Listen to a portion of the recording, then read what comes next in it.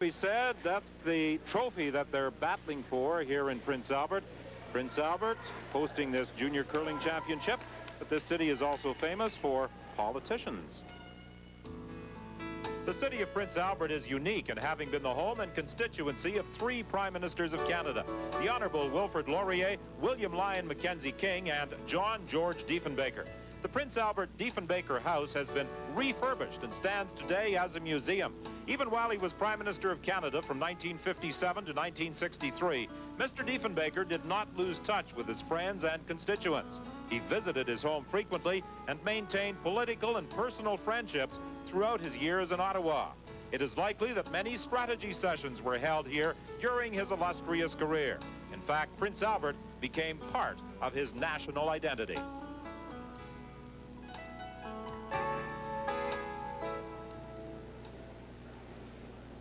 The 6th end of this Canadian Junior Men's Championship, Ontario leading New Brunswick 3-2.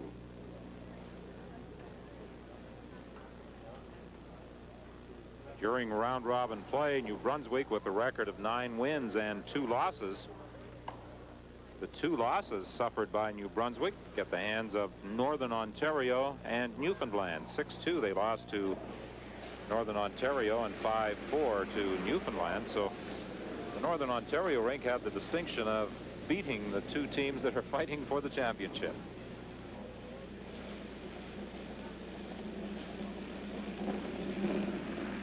James Sullivan, being one down playing the 6th end, is going to start throwing up some corner guards and get something started that way. Unfortunately, Danny Alderman just threw it a little bit too strong and caught a piece of the 12-foot. He'd like that one to stop a little further out, Don, and hopefully had Ontario hit it on the nose and then draw around it. But Wayne Medall is asking his lead, Todd Macklin, to run it off. Very quiet waiting. That rock is running out. He's going to catch a corner of it, but is he going to have enough to drive it through? Medall rushing it very strongly, but he's not going to get it out of the rings. It comes to rest at the back of the 12-foot. Todd Macklin failing to remove that New Brunswick stone. Very tricky part of the ice over there, Don, because it looked to me like while Todd let it go, he was pretty close to the broom, but that rock kept on riding out or falling against the curling turn. And it fell out all the way down the ice. I would say if he had thrown a little bit more weight, he would have missed it altogether. And for Sullivan, now he's going to decide to split the house, slide 2, take control of this game. And he wouldn't be too upset. Dan Alderman even stopped short because that would offer him the opportunity to go around it later on in the end. Well, they brushed it all the way down, but it comes to rest just short of the rings. That delivery by Danny Alderman, the lead on this New Brunswick rink. And now there's the chance as Wayne Medall moves the broom for the Ontario rink to get a roll off that stone outside the rings and perhaps put it in the circle. Well, that rock is curling a bit. It's over a little bit more. And he curled across the face of it. Now, a lot of people think, well, why didn't he hit the one in the house? Because it's the one that's counting. Well, really, that one on the corner could be a dangerous rock from. They could draw 2 or 3 around it. And he could also get into the rings by coming off it. That's why he decided to play that one, as opposed to hitting that one on the left there. You're watching action in the Pepsi Junior Men's Championship between New Brunswick and Ontario. And if you have just joined us, this is the second half of a curling doubleheader coming from the Prince Albert Golf and Curling Club this Saturday afternoon. Earlier we saw Julie Sutton and her quartet from British Columbia defeat Karen Purdy of Manitoba 5-4 to claim the Pepsi Junior Women's title. Once again, New Brunswick has 2 stones in play, both of them in the circles. They lie to Wayne Medall going after the rock that was just delivered by Darrell Burgess. And he's got lots of weight. He's got a good looking shot. There is a chance if he hits about a half a rock, he could end up getting the double or rolling over in front of it. Good shot. He's over in that area now, Don, so that if New Brunswick hits that on the nose, there's a chance maybe the next time they could make the double, Ontario. So that's a good shot.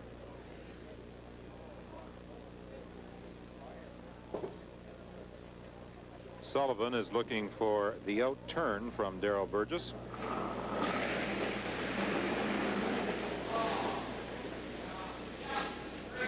Trying to push that red Ontario stone past the New Brunswick rock.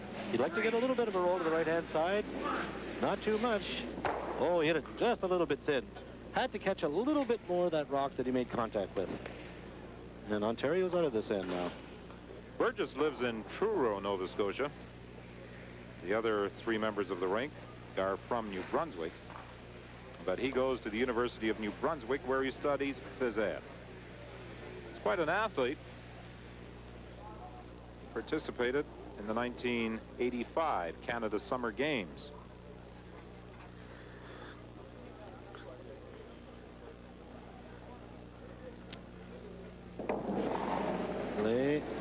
Laying the outturn. Peter Corner, nicknamed Hutch. They haven't laid too much brush to this rock. It's pretty well right on target. Good shot. You ask, why is he nicknamed Hutch? Why is he nicknamed Hutch? Thought you'd never ask. Well, he's a police cadet with the Halton Regional Police Force. So naturally his teammates, after the TV series, Starsky and Hutch, have nicknamed Peter Corner Hutch. And James Sullivan, Don, is really going after his 2 points here. There's a rock behind the tee line, and he's going to attempt to freeze to it. And this is a good call. And there's two ways of trying to score 2 points. Either corner guards drawing around them, and or freezing the rocks behind the tee line. This is the other method, and Sullivan's going to try. Yep, freeze. But a perfect freeze is probably the toughest shot in curling. For line and for weight, you have to be ever so exacting. Rock pulled a little bit too much. I think if there is one observation a person could make in following the play of the junior women's and then the junior men's is that the men might be just a little more aggressive. They may try shots and try and get points, 2 or even 3 on every end, more so than the women. Well, the women play very aggressive, but you're right. I think, you know, look at the very first end of this game. There was 5, 6 rocks in play. They do play a more aggressive type of game. But, you know, Karen Purdy and Julie Sutton, they, while it was fairly wide open, not too many rocks in play, they, when they had last rock, they did a lot of gambling.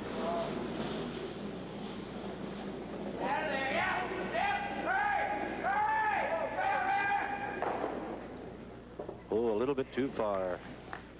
Pretty good shot, though. You know, he'd like to have hung around, but he wanted to roll it a bit, Don, because if he created a pocket there, then it would make it easier for Sullivan to freeze into the pocket. But Sullivan has abandoned his idea of trying to score 2. He's decided he's going to blank the end, and he's going to play the takeout on this one. The only way he's going to score 2 is if there's a wide open miss by Wayne Meadow. It's only you have to switch from offense to defense every once in a while. Jim Sullivan calling off the sweepers. And with a roll, New Brunswick lies 1.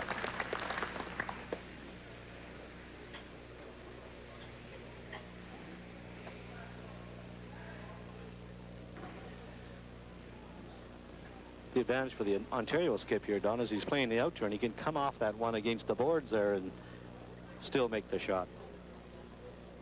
This Meta foursome won the Sun Life Bonspiel in Ontario in 1986, an event that attracts most of the top curlers in the province of Ontario. And by winning that event, they were over in Switzerland for a couple of weeks, curling in competitions over there. That's a pretty nice win. That Sun Life is a fairly large bonspiel and very competitive. That rock is running very, very straight. Oh, and some good goaltending there. They save the shooter as it bumps the other rock that is just outside the rings. Ontario lies 1. Wayne Meadow, Don, has really got a beautiful delivery. You see, steps a little bit behind, but watch how he gets in behind the rock. His shoulders are nice and square. Look where his sliding foot is. and a good release. He kind of lets the rock flow out of his hands, and his eyes never leave the broom. He's got a pretty nice curling delivery. He should have a good curling delivery. He was telling me he throws about 90 rocks a day. 90 rocks a day. Oy. That is a lot of curling rocks. Can only get better. The best instructor I found over the years has been practice.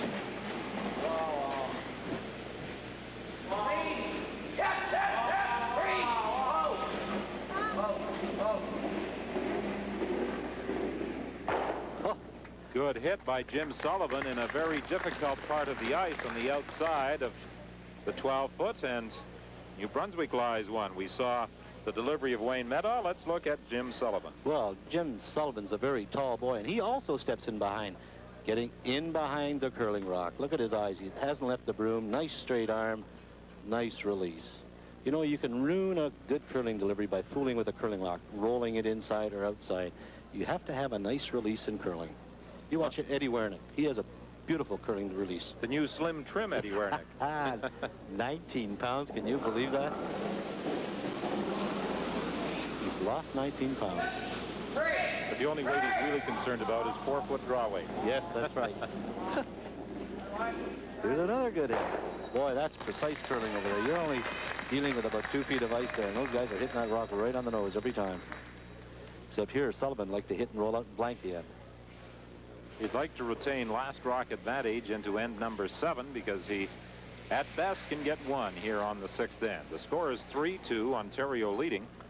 Ontario, as you see on the scoreboard, got 2 on the 5th end. The only time that either side has been able to pick up more than a single point in this championship game.